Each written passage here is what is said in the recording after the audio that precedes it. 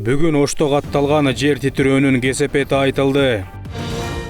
Бишкектин четиндеги турнирде улакчы көкбөрү ойноп жатып каза болду.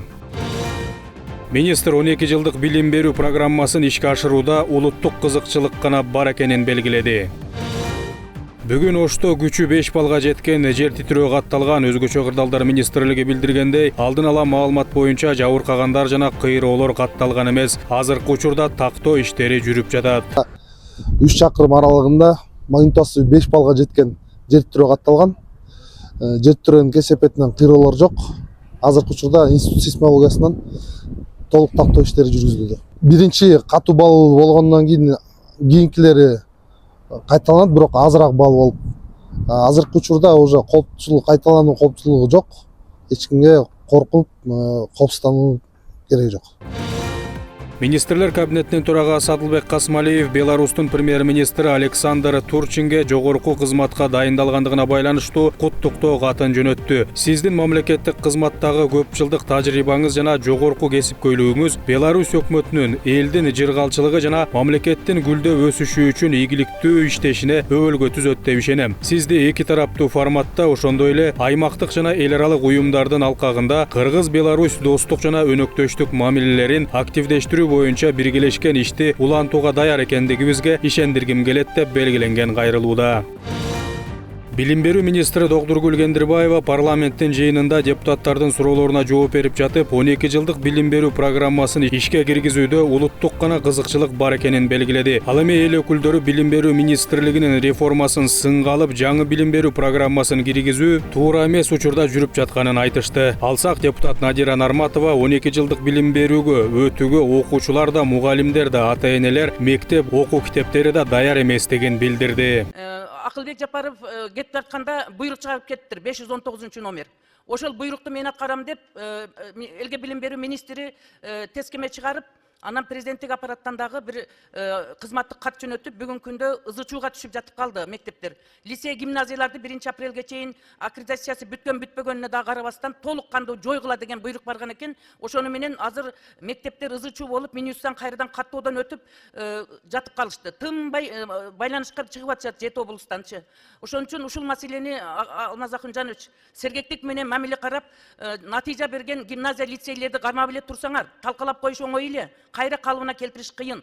Жакшы мектептерди, активдүү мектептерди, өзгөчө мектептердин бардыгын бир казанга салып, окуучулардын да настроениясын бузуп, мугалимдердин настроениясын бузуп, кружокторду, кошумча сабактардын баарын жок кылып, бүгүнкү күндө ызычууга түшүп жатып калды да. Ошон үчүн бул жерде билбейм, тиги министрге айтсаң эле жаман көрөт экен, бул талкалаганы келгенби, бир батыштын тапшырмасын алып. Ошон үчүн билген намазын окуп атат. Өз кезегинде министр жаңы билим берүү программасын ишке ашырууда тышкы мамлекеттерден буйрук жок экенин белгиледи. Жаңы билим берүү программасын киргизүү бул биздин президентибиздин талабы жана улуттук кызыкчылык үчүн гана, деди Кендирбаева. Өз кезегинде депутат Балбак Төлөбаев билим берүү министрлигинин жетекчисин алдыга жылууга чакырып, бул жаңы программаны колдоорун белгиледи.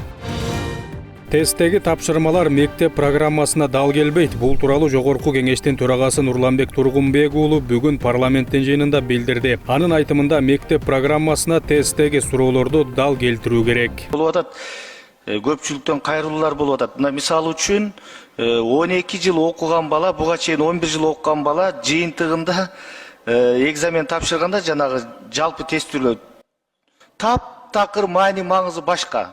Эмнеге биз антип окутабыз? Мисалы үчүн алар 11 жыл окуп туруп, анан кийин экзаменге 3 ай 4 ай калганда башка жака барып окуп атышат. Ошол боюнча атайын, бул эки убарачылыктын эмне кереги бар? Андан көрө ошол мектеп программасына дал келтириш керек да мунучу.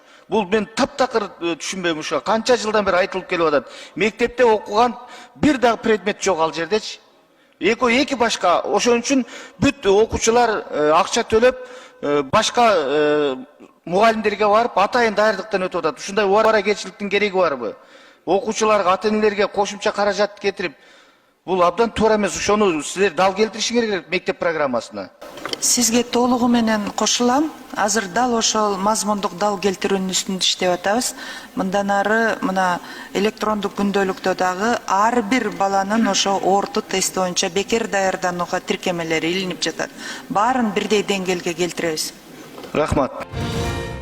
Бул арада жогорку кеңеште депутат Акбөкөн Таштанбеков айыл чарба министрине кайрылып, соц объектилерди мамлекетке кайтаруу боюнча реформа качан соңуна чыгарын сурады. Министр Бакыт Төрөбаев кайсы объектилер жөнүндө кеп болуп жатканын тактады. Буга депутат эмоционалдуу түрдө жооп кайтарып, баарын түшүндүргөндөй болду. Өз учурунда министрлер кабинетинин өкүлү баарын түшүнгөнүн айтып, маселе чечилерин убадалады.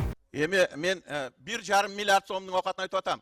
Ай, прокуратураңарда керек жок, эч ким керек жок. Баары менен сүйлөштүм, өткөрүп берет. Аким акт прием передачага айыл өкмөткө өткөрүп кол коюп койсун, башка керек жок. Оценканы мына бүгүн 3-чү оценканы. Эми просто оценкага 5 миллион акчам жетпей жатат. Мына болгон акчамды төлөдүм, оценка кылды. Бүгүн мына 880 миллионго 3 объект. Түшүндүм. 3 объектиңди өзүм каражатыман оңдоп өткөрүп берип атам. Алып эле койгула силерден эмне керек? Акимге айтып койгула, коркпосун. Билип атам, министрлер, премьерлер отурат, мурунку президент отурат, бандиттер. Мен деле коркуп атам, бирок элге алып беришибиз керек. 21-чи кылымда жашап атабыз. Уят кой эми мындаңар. Эми түшүнүп атам, жердик мафия деген бул күчтүү мафия. Бирок биз жеңишибиз керек. Сен эмне келдиңер буяка? Ошо мафияны жеңгени келдиңер. Корккон эмес, жеңгени келдиңер. Ошол үчүн кол койгула. Бишкекке 12-13 мартта Тажикстандын президенти Эмомали Рахмон мамлекеттик сапары менен келет. Бишкек шаардык ички иштер башкы башкармалыгы билдиргендей, бул күндөрү коомдук коопсуздукту жана жол кыймылынын коопсуздугун камсыздоо максатында 4000 милиция кызматкери тартылат. Милиция күчөтүлгөн тартипте иш алып барат. Ошондой эле шаардын айрым райондорунда маал менен унаа кыймылына чектөө киргизилет. Бишкек шаардык ички иштер башкы башкармалыгы шаар тургундарын жана конокторун мындай чектөөлөрдү түшүнүү менен кабыл алууга чакырат жана ыңгайсыздыктар үчүн алдын ала кечирим сурайт.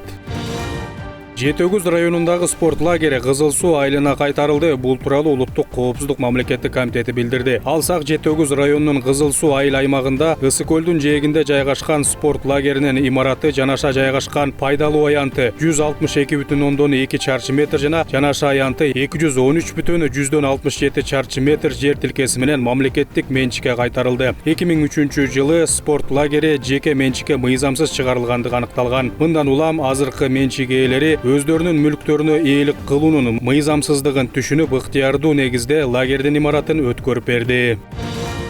Салыктык рейдтин жүрүшүндө руксат берүүчү документтери жок күйүүчү май сактоо фактысы аныкталды. Бул тууралуу мамлекеттик салык кызматы билдирет. Текшерүүнүн жыйынтыгында Жалал Абад облусунун Нокен районунун аймагында мыйзамсыз күйүүчү майлоочу материалдарды сактоочу жайлар, май коюучу жай жана жеке үйдүн короосундагы кампа табылган. Бул жерлерде тийиштүү руксат документтери жок 6 тоннага жакын күйүүчү май сакталган. Мындан тышкары сактоо эрежелерин бузуулар, пломбалардын жоктугу, ошондой эле башка бир катар укук бузуулар аныкталган. Бул факт боюнча материалдар мыйзамга ылайык, андан ары укуктук баа берүү жана соттук чечим чыгаруу максатында укук коргоо жана сот органдарына өткөрүп берүү үчүн даярдалып жатат.